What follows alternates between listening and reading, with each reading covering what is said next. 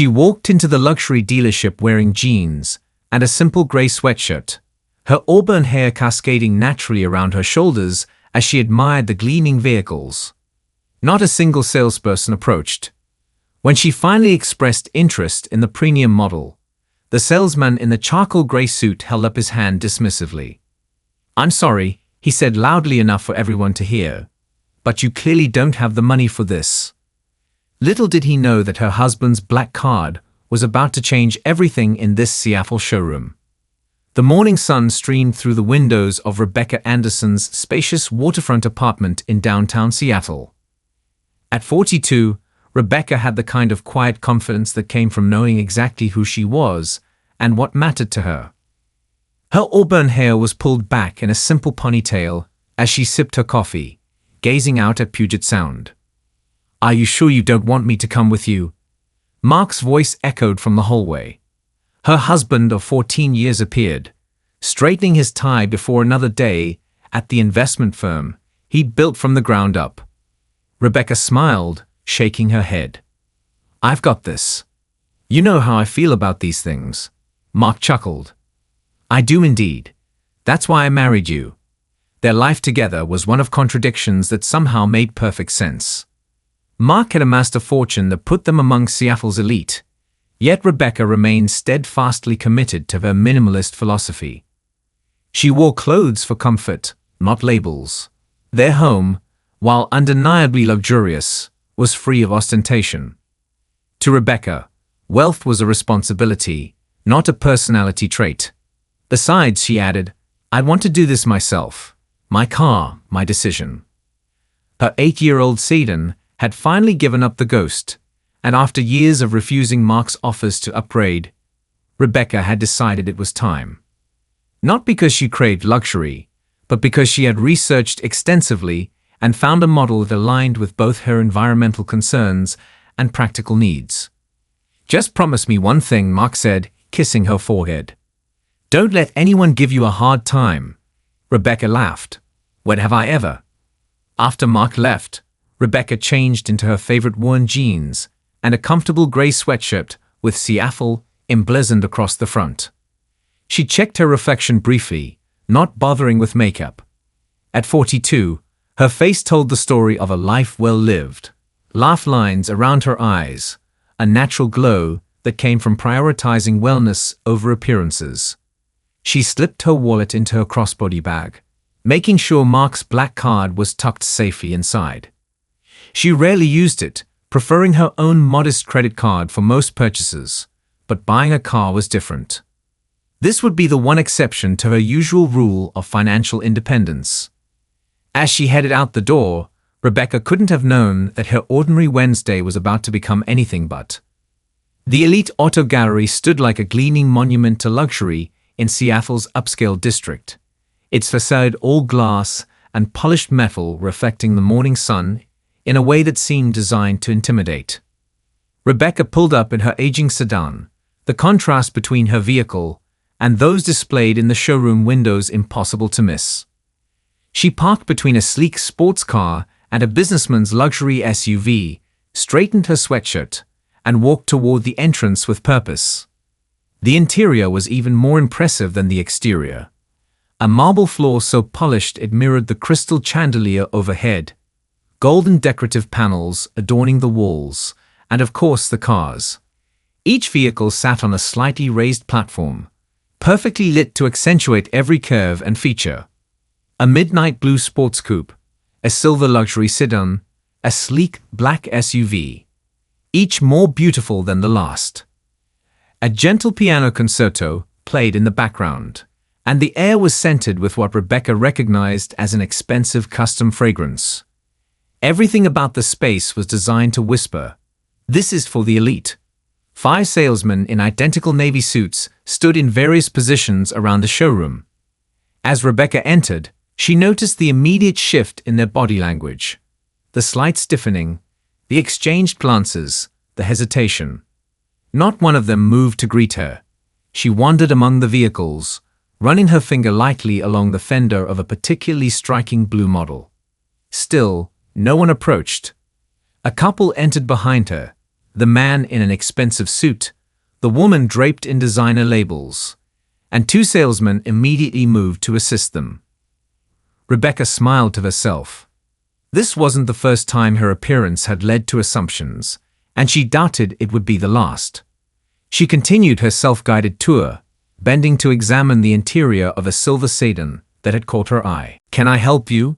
The voice finally came after she had spent nearly 15 minutes in the showroom. Rebecca straightened to find a young salesman, not the senior staff who were attending to the well-dressed couple, but clearly junior by comparison. "Just looking for now," Rebecca replied with a warm smile. "But I'm in the market for a new car." "I see," he said, his tone suggesting he didn't believe her. "Well, let me know if you have any questions. These models might be a bit premium for most budgets." "I'm particularly interested in this one," Rebecca said, indicating the silver sedan, the Monarch Platinum. "Right, the hybrid model with the enhanced safety package." Rebecca blinked, clearly surprised by her specific knowledge. "Yes, that's correct. You know your cars." "I do my research," Rebecca said simply. "Could you tell me about the warranty options?" As she asked informed, detailed questions, the young man's demeanor gradually shifted. He began to engage more genuinely, though still with an undertone of doubt. From the corner of her eye, Rebecca noticed one of the senior salesmen, tall, with perfectly coiffed hair and a stance that radiated confidence, watching their interaction with narrowed eyes.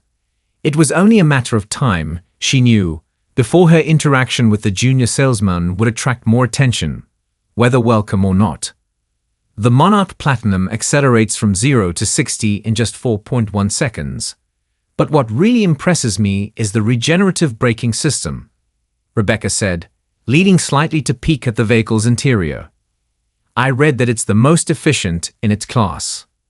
The junior salesman, who had introduced himself as Tyler, nodded with increasing respect. "That's right. The engineers redesigned the entire system for this model year. And the safety rating? 5 stars across all categories, correct?" Rebecca continued, recalling the details from her extensive research. "Yes, ma'am. Top of its class for side impact protection, specifically." Their conversation had evolved into a genuinely enthusiastic discussion about the car's features, with Tyler gradually forgetting his initial skepticism. Rebecca knew her stuff, and it was becoming impossible to ignore. "Would you like to sit inside?" Tyler offered, moving to open the door for her. "I'd love to," Rebecca replied, genuinely excited. As she settled into the driver's seat, her hands instinctively finding the perfect position on the leather-wrapped steering wheel, she couldn't help but admire the craftsmanship. The dashboard was an elegant blend of traditional luxury and cutting-edge technology. She adjusted the seat, noting how perfectly it supported her back. "The ergonomics are excellent," she commented. "Better than the German model I test drove last week." Tyler leaned in through the open door. The designer spent 2 years perfecting just the driver's seat alone. "It shows," Rebecca said. "And the entertainment system integrates with any smartphone platform." "Absolutely. Let me show you how it works." Tyler was mid-demonstration when a shadow fell across them. The senior salesman Rebecca had noticed earlier was standing beside the car, his expression a practiced mask of professional courtesy that didn't quite reach his eyes. "Tyler, I believe the Hendersons need assistance with their paperwork," he said smoothly. "I'll take over here." Tyler hesitated, clearly reluctant to abandon a potential sale, but nodded. "Of course, Mr. Garrett. It was a pleasure speaking with you, ma'am." As Tyler walked away, the senior salesman, Garrett, assessed Rebecca with a quick dismissive glance. His smile remained fixed, but there was something calculating behind it. "I see you're interested in the Platinum," he said, his tone suggesting he found this surprising. "It's our flagship model. Starts at $185,000. Rebecca nodded, unperturbed by the figure. "Yes, Tyler was just showing me the infotainment system. It's quite impressive." Garrett leaned against the car door. "It certainly is. We have more," accessible models on the lot as well. Perhaps something in a different price range would be more suitable. The implication was clear, and Rebecca had to suppress a smile. She'd experienced this kind of treatment before.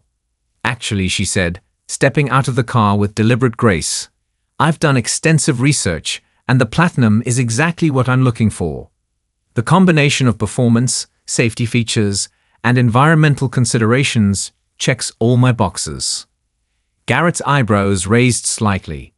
Environmental considerations. At this price point, most of our clients are more interested in horsepower than carbon footprint. I'm not most of your clients, Rebecca replied simply.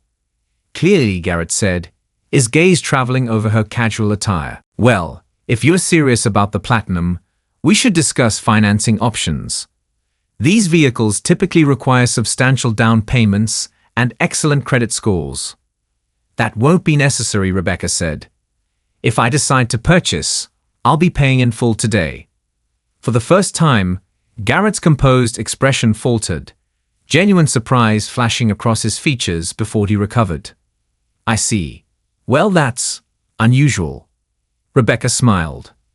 Is it? I would think a dealership of this caliber would encounter clients who prefer straightforward transactions. Garrett's assessment of her shifted visibly, recalculating the situation. Two other salesmen had drifted closer, sensing something interesting unfolding.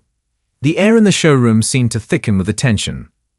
Perhaps we should discuss this in my office, Garrett suggested, gesturing toward a glass-enclosed space at the rear of the showroom. I'd prefer to continue looking at the vehicle first, Rebecca replied. I have a few more questions about the features. Garrett's professional smile tightened almost imperceptibly. Of course, what else would you like to know? The showroom's ambient music seemed to fade into the background as Garrett's patience visibly thinned. Rebecca had spent the last 20 minutes asking increasingly technical questions about the Platinum, from its engine specifications to the sourcing of its leather interior. And the warranty covers the hybrid battery system for how long exactly? She asked, knowing full well the answer from her research. 8 years or 100,000 miles. Garrett replied, his tone growing increasingly clipped. 2 more customers had entered the showroom, and she could tell he was calculating the commission he might be losing by remaining trapped in this conversation. That's impressive, Rebecca nodded. I'd like to see the color options available. Is the interior customizable as well? Garrett's professional veneer cracked slightly. Mrs. Ms., Rebecca corrected. Rebecca Anderson. Ms. Anderson, he continued, I appreciate your enthusiasm, but perhaps we should be direct with each other. He lowered his voice, though not enough to prevent nearby staff from hearing. This vehicle represents a significant investment. The monthly payments alone would exceed what most people spend on their mortgage.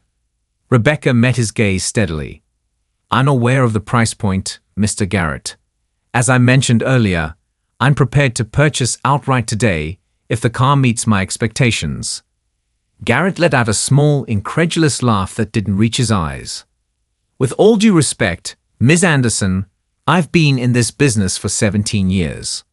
I can typically gauge a serious buyer within the first few minutes. And your gauge says? Rebecca asked, though she already knew the answer. Garrett glanced pointedly at her casual attire, the worn jeans, the simple sweatshirt, the practical crossbody bag. Let's just say I have concerns about whether this particular model aligns with your current situation. The atmosphere in the showroom had shifted. The other salesmen had stopped pretending not to listen, and even a couple browsing a nearby vehicle had turned to observe the unfolding scene. My current situation, Rebecca repeated, her voice level. Please, enlighten me about my situation, Mr. Garrett. Something in her tone might have warned a more perceptive person, but Garrett was too convinced of his assessment. He leaned in slightly, his voice dropping to what he clearly thought was a considerate whisper. Look, I understand it's fun to dream, to sit in these cars and imagine. We get people like you in here all the time. People like me, Rebecca echoed. Exactly. And there's nothing wrong with aspirational visits. but my job is to focus on qualified buyers. Perhaps one of our entry-level models would be more appropriate. I'd like to proceed with the platinum, Rebecca interrupted calmly. The silver one with all the options we discussed. Garrett straightened, his patience visibly evaporating. The mask of polite professionalism stood completely, replaced by barely concealed condescension. Ms. Anderson, he said, his voice louder now, I don't think you understand what you're asking. This vehicle costs more than some homes. The insurance alone would be astronomical. Rebecca remained composed. I understand perfectly, Mr. Garrett. I'd like to proceed with the purchase. It was at this moment that Garrett made the fatal miscalculation that would come to define this interaction. With an audience of colleagues and customers now openly watching, he raised his hand in a dismissive stop gesture, directly in front of Rebecca's face. I'm sorry, he announced, loud enough for everyone in the showroom to hear. But you clearly don't have the money for this. I won't waste any more of your time, or mine. The silence that followed was deafening. Every eye in the showroom was fixed on them, the salesmen in their identical navy suits, the handful of customers who had frozen mid-conversation, even the receptionist who had paused in her typing. Rebecca stood perfectly still, her expression unreadable as she absorbed both the words and the gesture, the absolute dismissal based solely on appearance and assumption. I see, she said finally, her voice quiet but carrying in the silent showroom. That's quite an assessment based on very little information, Mr. Garrett. Garrett crossed his arms, doubling down rather than reconsidering. It's based on 17 years of experience, Ms. Anderson. Now, if you'll excuse me, I have clients waiting who are actually in a position to make a purchase today. He started to turn away, clearly considering the matter closed. One moment, Mr. Garrett, Rebecca said, her voice taking on a new edge that made him pause. I believe I'm owed an explanation for why exactly you think I don't have the money. I'm curious about what specific evidence led you to this conclusion. The air in the showroom crackled with tension. Garrett turned back to Rebecca, irritation etched across his features. He hadn't expected her to challenge him, certainly not with an audience. Look, he said, his tone a poor attempt at patience, this isn't personal. It's simply a matter of qualifying buyers. In this establishment, we deal with a certain caliber of client. And how exactly do you determine this caliber? Rebecca asked, her voice steady. Is there a specific dress code I missed on the website? A particular way one must speak? Or is it something else entirely? A flush crept up Garrett's neck. Behind him, one of the other salesmen shifted uncomfortably, and the couple who had been browsing nearby exchanged glances. Ms. Anderson, it's simply common sense.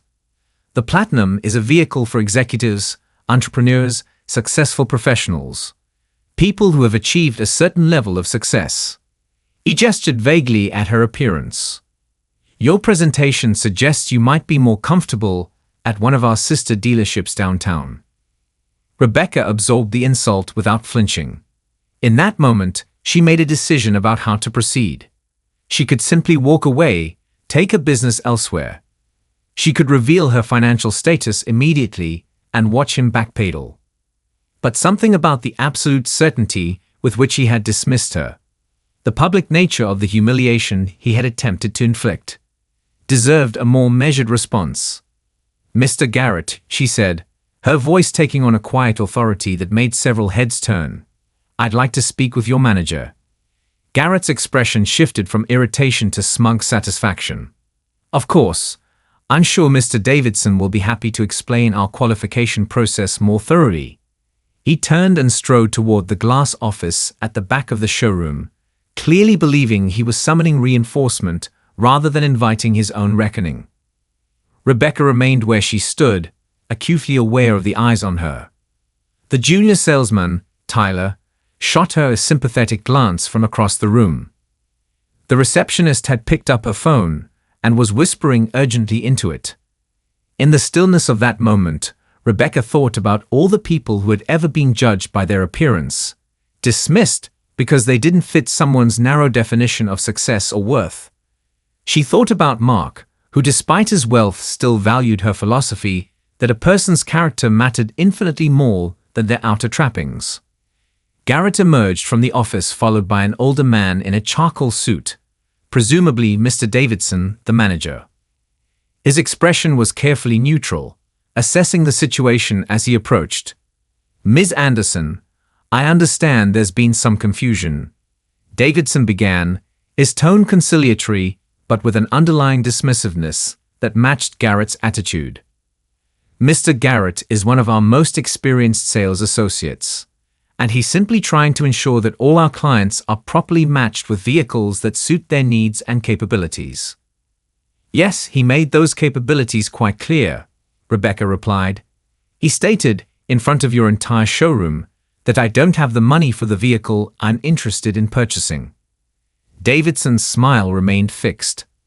"I'm sure there was a misunderstanding. We pride ourselves on customer service at Elite Auto Gallery." "There was no misunderstanding," Rebecca said firmly. "Mr. Garrett made his assessment based solely on my appearance, not on any financial information. I find that approach both unprofessional and disappointing." Davidson exchanged a quick glance with Garrett. "Perhaps we got off on the wrong foot. Why don't we start fresh? What vehicle were you interested in?"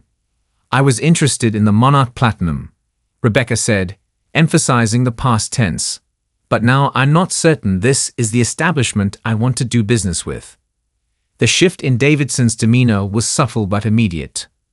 The prospect of losing a high-value sale clearly concerned him more than Garrett's behavior. "I assure you, Ms. Anderson, that Mr. Garrett's approach doesn't reflect our company values. If you're seriously considering the Platinum, we would be delighted to." "I was serious," Rebecca interrupted. Mr. Garrett wasn't. She reached for her crossbody bag, opening it deliberately. The hushed tension in the showroom was broken only by the soft classical music still playing overhead.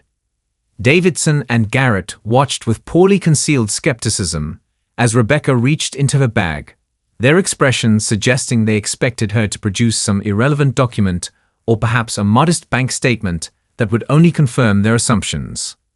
Instead, she withdrew a sleek black wallet, its leather soft and unmarked by the wear and tear of regular use.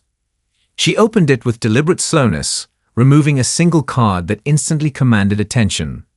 The unmistakable black titanium of an invitation-only credit card reserved for clients whose wealth put them in the upper echelons of society. "Perhaps this will clarify my situation for you, Mr. Garrett," Rebecca said calmly, holding out the card. Garrett stared at it, his expression cycling rapidly through disbelief, shock, and the dawning horror of realization. The black card gleamed under the showroom lights, its presence as powerful as a royal seal in medieval times. "That's..." Garrett began, but words seemed to fail him. "Yes," Rebecca confirmed. "It is." Davidson moved forward quickly, professional enough to recognize the catastrophic error unfolding before him. "Ms. Anderson, please accept our most sincere apologies for this misunderstanding. The Onyx Black Card is, of course, more than sufficient for any purchase in our establishment." "It's not a misunderstanding," Rebecca corrected him gently but firmly. "Mr. Garrett made a deliberate judgment based on my appearance. He decided, without any financial information whatsoever, that I didn't belong here." She turned her attention back to Garrett, who had paled visibly. "The card belongs to my husband, Mark Anderson. Perhaps you've heard of Anderson Global Investments." The effect of the name was electric. Davidson's eyes widened, and a small gasp came from the direction of the receptionist's desk. Mark Anderson was indeed known in Seattle business circles. A billionaire whose investment firm managed portfolios for some of the wealthiest families in the Pacific Northwest and beyond. "Ms. Anderson, I had no idea," Garrett began, his voice strained. "That was precisely the problem," Rebecca interjected. "You had no idea who I was, yet you felt comfortable publicly humiliating me based on my clothing. You decided my worth as a customer, and perhaps as a person, based solely on my appearance." Garrett's face had flushed from pale to red, the full implications of his mistake becoming clear. Not only had he insulted a woman who could easily purchase every car in the showroom, but he had done so to the wife of one of Seattle's most influential businessmen. "I can't begin to express how deeply sorry I am," he stammered. "It was a terrible misjudgment on my part." Davidson stepped forward, clearly attempting damage control. "Ms. Anderson, please allow us to make this right. We would be honored to assist you with your purchase, and of course, we can offer an exclusive discount as a gesture of goodwill." "A discount?" Rebecca repeated thoughtfully. "Because now you've determined I can afford the full price." Davidson faltered, caught in the contradiction. "I simply meant—" "I understand what you meant," Rebecca said. "But I'd like to be clear about something. My objection isn't that Mr. Garrett failed to recognize my financial status. My objection is that he felt entitled to make assumptions and to treat another human being with contempt based on those assumptions." She glanced around the showroom, noting that every person present was listening intently. The junior salesman, Tyler, was watching with something like admiration in his eyes. "The truth is," Rebecca continued, turning the black card over in her fingers, "I rarely use this card. I don't typically define myself by my husband's success or our financial status. I choose to dress comfortably. I choose to drive practical vehicles. I choose to value people based on their character, not their appearance or possessions." She returned the card to her wallet deliberately, then looked directly at Garrett. "The question now isn't whether I can afford your car, Mr. Garrett. The question is whether you deserve my business." The silence that followed Rebecca's statement was absolute. Even the ambient music seemed to have faded into nothingness, as though the sound system itself was holding its breath. Garrett stood frozen, his earlier confidence shattered, while Davidson moved into crisis management mode. "Ms. Anderson," the manager began, his voice a study in controlled panic, "I cannot apologize enough for this unfortunate incident. Mr. Garrett's conduct does not reflect our values, and I assure you that appropriate measures will be taken." Garrett finally found his voice, though it emerged strained and unnaturally high. "Ms. Anderson, please. I made a terrible mistake. If you'll allow me to make it right." "How exactly would you make it right?" Rebecca asked, her tone genuinely curious rather than accusatory. "Would you treat the next person who walks in wearing casual clothes with more respect? Or would you simply be more careful about who you judge openly?" Garrett had no answer for this, his mouth opening and closing without producing sound. Davidson stepped in smoothly. "Ms. Anderson, if you'll step into my office, I'd like to personally handle your purchase. We'll ensure you receive our VIP treatment, and I'll see to it that Mr. Garrett is—" "Actually," Rebecca interrupted, "I'd prefer to continue our conversation here." She gestured around the showroom. "After all, my humiliation wasn't private. Why should the resolution be?" By now, a small crowd had gathered. Other salespeople, customers who had entered during the confrontation, even two detailers who had emerged from the service area, drawn by the palpable tension.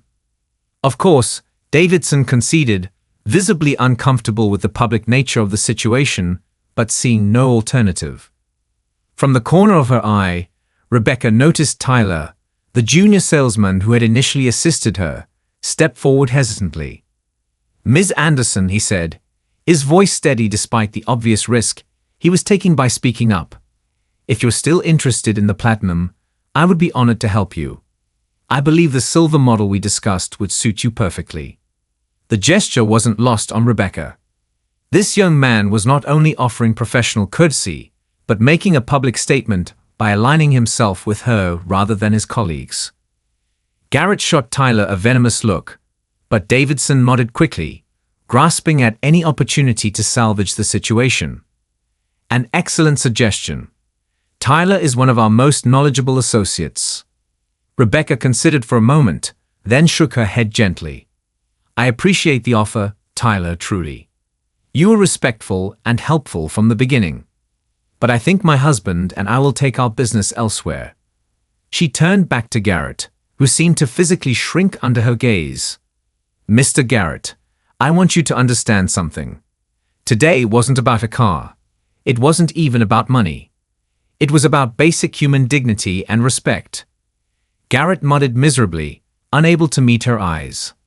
"I hope," Rebecca continued, "that the next time someone walks into this showroom, regardless of what they're wearing, how they speak, or what assumptions you might make about their financial status, you'll remember this moment." A murmur of approval rippled through the onlookers. Davidson, sensing that the situation had spiraled completely beyond his control, made one last desperate attempt. "Ms. Anderson, please reconsider. Your husband has been a valued client of Elite Auto Gallery in the past, and we would be devastated to lose your family's business." Rebecca raised an eyebrow. "Has he? That's interesting, since Mark has purchased all his vehicles from Westside Motors for the past decade." Davidson paled, caught in the obvious lie. "I must have been mistaken." "Yes," Rebecca agreed. "You were. About many things." She straightened her shoulders and adjusted her crossbody bag with calm dignity. She addressed the entire showroom. "Thank you all for this enlightening experience. I'd wish you well." As she turned to leave, Tyler stepped forward once more. "Ms. Anderson, for what it's worth, I think you handled this with incredible grace. I would have lost my temper much sooner." Rebecca smiled genuinely at the young man. "Thank you, Tyler. Remember this feeling when you're in Mr. Garrett's position someday. Treat everyone as though they matter, because they do." With that, she walked toward the exit, her head held high, leaving behind a showroom full of stunned faces, and one important lesson about the danger of judging people by their appearance. The glass doors of Elite Auto Gallery closed behind Rebecca with a soft pneumatic hiss. As she walked to her aging sedan, she could see frantic activity through the showroom windows. Davidson gesticulating wildly at Garrett, Tyler being pulled aside by another manager, staff huddled in small groups, clearly discussing what had just transpired. Rebecca sat in her car for a moment, taking a deep breath, her hands trembling slightly not from anger, but from the adrenaline of confrontation. Despite her composed exterior, standing up for herself had taken emotional energy. Her phone buzzed with a text from Mark. "How did the car shopping go?"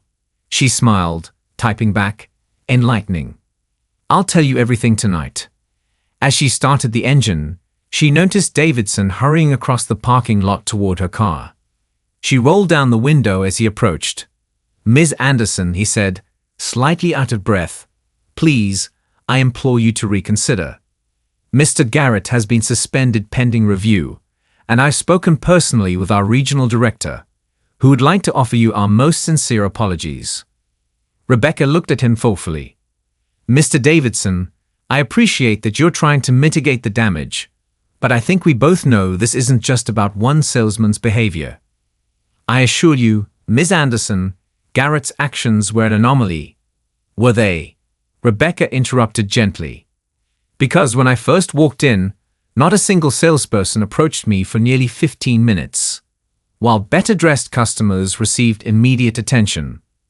That suggests a culture, not an individual." Davidson had no response to this observation, his professional smile faltering. "Sometimes," Rebecca continued, "a mistake like this can be an opportunity for genuine reflection and change. I hope that's what happens here." She rolled up her window and drove away, leaving Davidson standing in the parking lot, his expression a mixture of consternation and realization. As Rebecca navigated through Seattle's midday traffic, her phone rang through the car's speaker system. The caller ID displayed Westside Motors. "Hello," Rebecca answered. "Ms. Anderson, this is Laura Wilson from Westside Motors. Your husband mentioned you might be car shopping today, and I wanted to reach out to see if we could be of assistance." Rebecca smiled at the timing. "Actually, Laura, I am in the market for a new vehicle. I just had a rather interesting experience at one of your competitors." "Oh." Laura's tone was professionally curious, but not prying.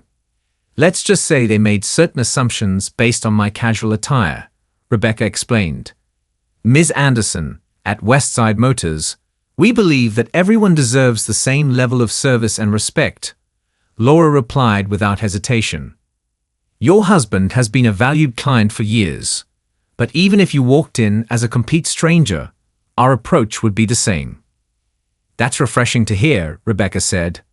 I'm interested in the Monarch Platinum, preferably in silver. Do you have any on the lot? We have 2 models available for viewing, Laura confirmed. Would you like to schedule an appointment to see them? I would, thank you. How about tomorrow morning? Perfect. And Ms. Anderson, feel free to dress however makes you comfortable. We're interested in helping you find the right car, not judging your wardrobe choices. After ending the call, Rebecca found herself smiling. There were still businesses that understood the fundamental importance of treating people with dignity. Meanwhile, back at Elite Auto Gallery, the consequences of Garrett's mistake were only beginning to unfold. By the time Rebecca arrived home that evening, the regional director had personally called to apologize, having been informed of the incident by a panicked Davidson. What none of them knew yet was that one of the customers who had witnessed the entire exchange was a lifestyle blogger, with a substantial following among Seattle's elite. By morning, the story of how Elite Auto Gallery had humiliated the wife of billionaire Mark Anderson would be circulating through social media and the city's high-end social circles. For Garrett, the consequences would be particularly severe. His suspension would become permanent termination when background checks revealed this wasn't his first instance of discriminatory behavior toward customers. His reputation in the luxury automotive sales community would be irreparably damaged. For Tyler, however, the day marked an unexpected turning point. His willingness to stand up for what was right, even at professional risk, would catch the attention of Westside Motors management, who would offer him a position with significantly better terms than his job at Elite. And the most far-reaching consequence: Elite Auto Gallery would be forced to implement comprehensive training on unconscious bias and equitable customer service. Changes that would eventually benefit countless customers who, like Rebecca, deserved to be treated with respect regardless of their appearance. 1 week later, Rebecca pulled into the driveway of her and Mark's waterfront home in a gleaming silver Monarch Platinum. The purchase experience at Westside Motors had been everything Elite Auto Gallery wasn't. Respectful, focused on her needs rather than her appearance, and genuinely pleasant. As she stepped out of the car, Mark emerged from the front door, a broad smile lighting up his face. It's beautiful, he said, admiring the vehicle, but not nearly as beautiful as its owner. Rebecca laughed, accepting his kiss. Smooth talker. But thank you for the card that day. It made quite an impression. From what you've told me, you made quite an impression all on your own, Mark replied. Laura Wilson called to thank me for referring you. Said you were one of the most knowledgeable customers she's ever worked with. They walked toward the house together, arms linked. You know, Mark said thoughtfully, the story's gotten around. I've had 3 different clients mention it in meetings this week. Rebecca sighed. I wasn't trying to cause a scene or damage their business. I know that, but sometimes these things need to happen. He squeezed her hand. Davidson called me yesterday. Did he? Rebecca raised an eyebrow. Damage control? Mark nodded. Partly. But he also mentioned they're implementing new training protocols for their staff. He wanted to thank you, believe it or not. Thank me? For costing them a sale and probably several more. For showing them a blind spot that was ultimately hurting their business, Mark explained. He admitted that they've probably lost countless qualified buyers over the years because of these kinds of superficial judgments. Rebecca considered this as they entered their home. It's sad, really. So many people are judged unfairly based on how they look, what they wear, or how they speak. Most don't have the privilege of a black card to prove their worth. That's why what you did matters, Mark said. It wasn't just about you or that dealership. It was about challenging the idea that someone's appearance determines their value. The following month, Rebecca received an unexpected email from Tyler, the junior salesman who had shown her respect from the beginning. He was now working at Westside Motors and thriving in an environment that valued integrity over appearances. His message was simple but meaningful. "Thank you for reminding me why treating people with dignity matters. You changed more than you know that day." Rebecca smiled as she read his words. Sometimes the most powerful statement isn't made with wealth or status, but with quiet dignity and an unwavering commitment to being treated with basic human respect. She looked out at her silver Platinum gleaming in the driveway, not just a luxury vehicle, but a reminder that true value has nothing to do with appearances and everything to do with how we treat one another. If this story resonated with you, we'd love to hear your thoughts in the comments below. Have you ever been judged based on your appearance? How did you handle it?